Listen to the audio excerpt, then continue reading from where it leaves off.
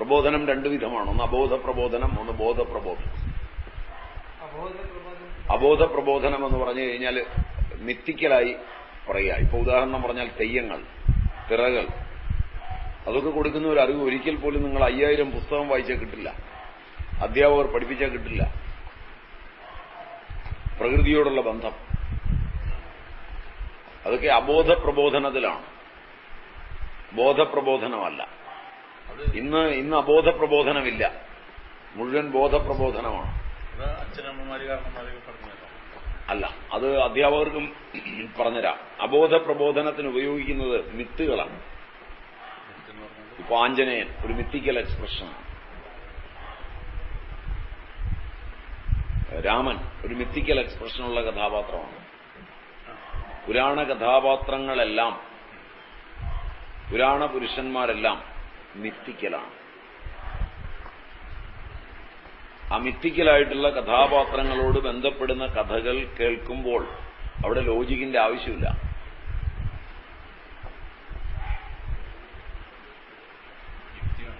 യുക്തി ആവശ്യമില്ല. യുക്തിയില്ലാതെയാണ് ജീവിതം പോകുന്നത്. ജീവിതത്തിന് യുക്തിയില്ല, ജീവിതത്തിന് യുക്തിയില്ല. അതുകൊണ്ട് പഠിക്കുമ്പോൾ യുക്തി വേണമെന്നുള്ള നിർബന്ധം വേണ്ടവർക്ക് വേണ്ടിയാണ് അതിന് വേദാന്ത ആശയങ്ങളൊക്കെ നൽകി ആചാര്യന്മാർ പഠിപ്പിച്ചു കൊടുക്കുന്നത്. കാരണം ഇവൻ ശല്യമില്ലാതിരിക്കാൻ, അല്ലെങ്കിൽ ഇവൻ വലിയ മാരണമാണ്. ഇവനെ ഒതുക്കാൻ വേണ്ടിയാണ് അത് പറഞ്ഞു കൊടുക്കുന്നത്, അതല്ല സത്യവും. പഴയ ആചാര്യന്മാർക്ക് അതറിയാം. കാരണം ചില വരുന്നവൻ പണ്ഡിതനാണ്, അവൻ ലോകത്തിന് ഒരുപാട് ഉപദ്രവം ഉണ്ടാക്കും. അവന്റെ പാണ്ഡിത്യത്തിന് ഇണങ്ങ് മാറി സാധനം മാറ്റിയിട്ട് അവന്റെ കയ്യിലേക്ക് കൊടുക്കുമ്പോൾ ഞെട്ടിത്തിരിച്ചു പോകും. അതല്ല സത്യം. സത്യം അതിലെ മിത്താണ്. ഇപ്പോ കർണൻ ജനിക്കുന്നു, രാജകുമാരിയിലാണ് ജനിക്കുന്നത്, മന്ത്രം കൊണ്ടാണ് ജനിക്കുന്നത്. ദുർവാസാവ് കൊടുത്ത മന്ത്രത്തിൽ നിന്നാണ് ജനിക്കുന്നത്, സൂര്യനിൽ നിന്നാണ് ജനിക്കുന്നത്. അതിനെയാണ് മിത്തെന്ന് പറയുന്നത്. സൂര്യൻ മന്ത്രം കൊണ്ട് കന്യകയായ കുന്തിയിൽ രാജകുമാരിയായിരുന്നിട്ട് ജനിച്ചിട്ട് ആ അമ്മയുടെയും മകന്റെയും ജീവിതം ക്ലേശമാണെന്ന ആ കഥ വായിച്ചു കേൾക്കുമ്പോൾ തന്നെ ഒരു പെൺകുട്ടിയെ സംബന്ധിച്ചിടത്തോളം വിവാഹപൂർവമായി ഒരു പുരുഷനോട് വർത്തമാനം പറയാൻ തുടങ്ങുന്നതിന് മുമ്പ് 1000 സൂക്ഷ്മത അവർക്ക് അറിയാതെ വരും. അയാളുടെ ഏതെങ്കിലും ഒരു വൈകാരികത ഉണരുന്നുവെന്ന് കണ്ടാൽ അവൾ സൂക്ഷിച്ച് മാറി നിൽക്കും. മറിച്ച് നിങ്ങൾ അടുത്തിരിക്കുക, നിങ്ങൾ സഹവാസ ക്യാമ്പുകൾ നടത്ത്, നിങ്ങൾ ഒന്നിച്ചു പോകും, കുഴപ്പമൊന്നും വരാനില്ല എന്ന് പറഞ്ഞാൽ നിത്യദുഃഖത്തിലേക്ക് അച്ഛനും അമ്മയും ആ കുട്ടിയും വീഴും. കാരണം 1000 മാനസിക രോഗങ്ങളുണ്ടാവും. ഇത് അമേരിക്കയിലേക്കുള്ള പോക്കാണ് നമ്മുടെ സെമറ്റിക് സംസ്കൃതിയുടെ വളർച്ചയിൽ. അമേരിക്കയിൽ ഇന്ന് കുട്ടികളെ 8ാം ക്ലാസ്സിൽ പഠിക്കുന്ന ഒരു പെൺകുട്ടി അവളുടെ കുഞ്ഞിനെ, വിവാഹപൂർവമായി പ്രസവിച്ച കുഞ്ഞിനെ ഏൽപ്പിച്ചു പോകേണ്ട ക്രഷുകളുണ്ട്. എന്നിട്ടാണ് സ്കൂളിലേക്ക് പഠിക്കാൻ പോകുന്നത്. ഏറെ താമസിയാതെ നമ്മളിവിടെ എത്തിക്കാനാണ് പുതിയ ക്യാമ്പുകളും ബഹളങ്ങളും നടക്കുന്നത്. അപ്പൊ അവിടെ മിത്തിക്കലായല്ല പഠിപ്പിക്കുന്നത്. മറ്റതാ ഒരൊറ്റ പഠിപ്പിക്കൽ മതി. കുന്തി ജനിച്ചിരുന്നുവോ ജീവിച്ചിരുന്നുവോ കർണനുണ്ടായോ എന്നുള്ളതൊന്നുമല്ല ചോദ്യം. ഇത്രയും കാര്യങ്ങൾ ഒരുമിച്ചുണ്ടായിട്ട് പോലും ആ അമ്മയ്ക്ക് കണ്ണുനീർ തുറന്നിട്ടൊരു സമയമുണ്ടായിരുന്നില്ല, ആ മകന് കണ്ണുനീർ തുറന്നൊരു സമയമുണ്ടായിരുന്നില്ല.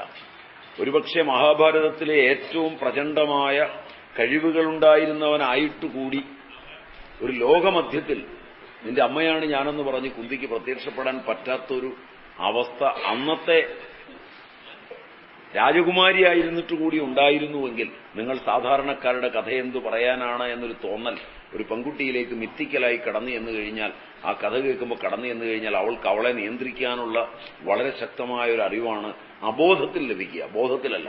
നിങ്ങൾക്ക് മനസ്സിലായോ മിത്തെന്താണെന്ന് എനിക്കറിയില്ല. മിത്ത് പറയാനാ ഞാനിത് പറഞ്ഞത്. മനസ്സിലായോ?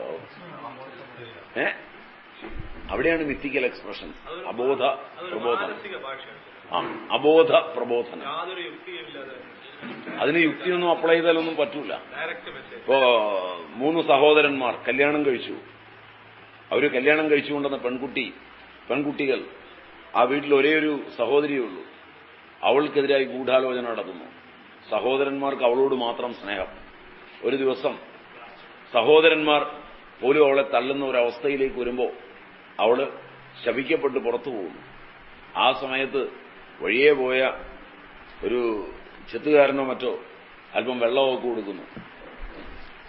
അതിൽ നിന്ന് അവളുടെ പാതിവൃത്യശുദ്ധിയുടെ വലിപ്പം കൊണ്ട് അവൾ ദേവതാ സങ്കല്പങ്ങളിലേക്ക് ഉയരുന്നു. Am I right? മാക്കം അല്ലേ? കാടാങ്കോട് മാക്കം. മാക്കം ക്ഷേത്രമാ അവളുടെ സങ്കല്പത്തിൽ. ഈ ക്ഷേത്രത്തിൽ ചെല്ലുമ്പോൾ എപ്പോഴെങ്കിലും സഹോദരന്മാരുടെയോ സഹോദര പത്നിമാരുടെയോ എതിർപ്പ് വരുമ്പോഴേക്ക് ദേവതാ സങ്കല്പത്തിലേക്ക് ഉയർന്ന ഒരെണ്ണം ഉണ്ട് എന്ന തോന്നൽ ഏത് വീട്ടിലേക്ക് ഒരു പെൺകുട്ടിയെ വിവാഹം കഴിച്ചു കൊണ്ടെന്നാലും അവൾ ആ ക്ഷേത്രത്തിൽ ചെല്ലുന്നതോടുകൂടി വളരെ ശപിക്കപ്പെട്ടൊരവസ്ഥയിലേക്ക് ഞങ്ങൾ വീഴാനിടയുണ്ട്, ഞങ്ങൾക്ക് ദോഷം വരാനിടയുണ്ട്, അതുകൊണ്ട് ഞങ്ങളുടെ ഭർത്താവിന്റെ സഹോദരിയോട് ഏറ്റുമുട്ടാൻ പോകരുത് എന്നൊരു സന്ദേശം അതിൽ നിന്ന് ലഭിക്കും. അത് 1000 തവണ പറഞ്ഞു കൊടുത്താൽ ലഭിക്കില്ല അസൂയെന്ന്. പക്ഷെ അവരുടെ അബോധത്തിനകത്തേക്കാണ് അത് കുത്തിക്കീറി കയറുന്നത്. ഇതാണ് മിത്തുകൾ ചെയ്ത ഉപകാരം. ഈ മിത്തെല്ലാം തെറ്റായിപ്പോയി എന്ന് പറഞ്ഞ് നിങ്ങളെ പഠിപ്പിക്കുകയും അതിന്റെ സങ്കേതങ്ങൾ നശിപ്പിക്കുകയും ചെയ്തിട്ട് നിങ്ങൾക്ക് എന്താ അറിവ് കിട്ടി? ഇനിയിപ്പം സർപ്പക്കാവുകൾ വെച്ചുപിടിപ്പിച്ചുണ്ടാക്കാൻ പറ്റുമോ? അത് പ്രകൃതിക്ക് ചെയ്ത മെച്ചങ്ങളെക്കുറിച്ച്.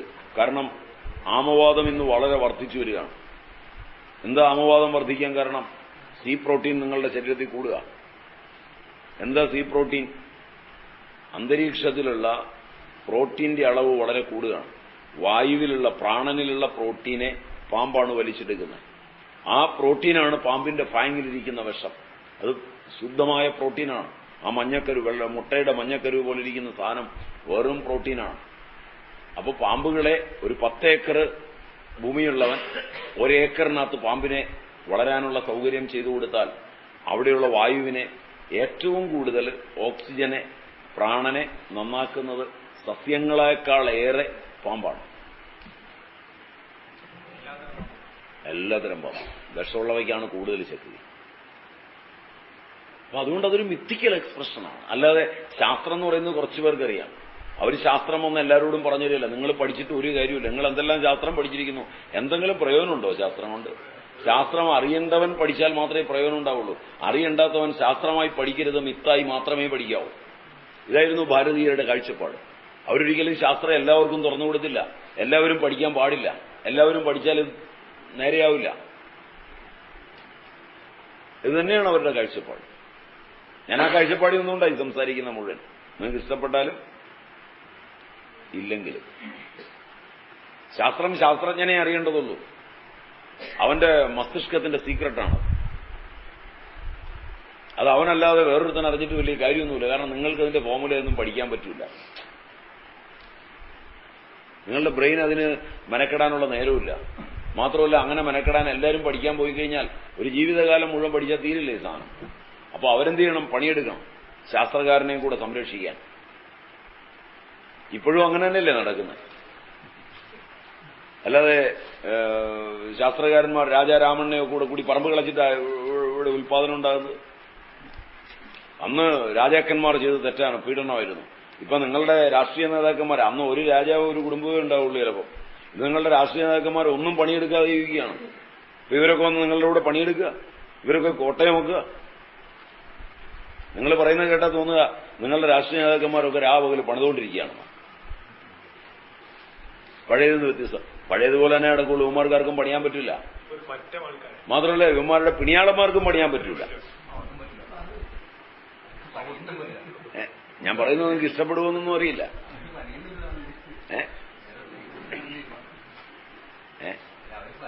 നോനോ ഉൽപാദന പ്രക്രിയയിലെ പണിയൊന്നും അവരെടുക്കുന്നില്ല.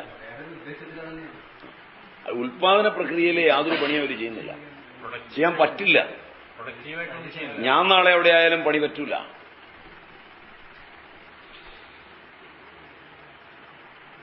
മിഥില കത്തുന്നു, ജനകൻ ഓടിപ്പോവില്ല.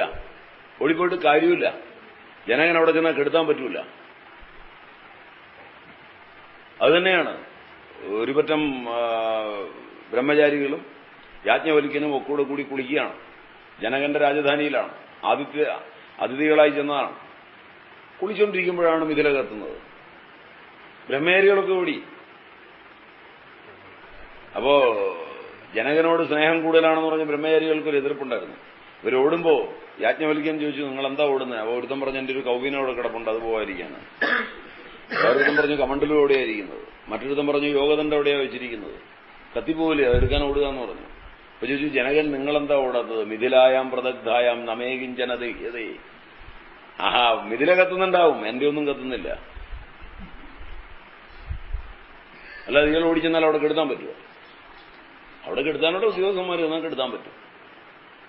ആ ഒരു സമചിത്തതയാണ് മിത്തുകൾ തുറന്നു തരുന്നത്. മിത്തുകൾ കുട്ടികൾക്ക് കൊടുത്തിട്ടുണ്ടെങ്കിൽ കുട്ടികൾ വളരെ ശാന്തിയോടുകൂടി ജീവിക്കും, നല്ല രീതിയിൽ അവർക്ക് വിദ്യാഭ്യാസം ഉണ്ടാവും, നല്ല രീതിയിൽ അവരുടെ ബ്രെയിൻ വളരും. ആ ചോദ്യത്തിന് ഉത്തരമായി വിചാരിക്കുന്നു.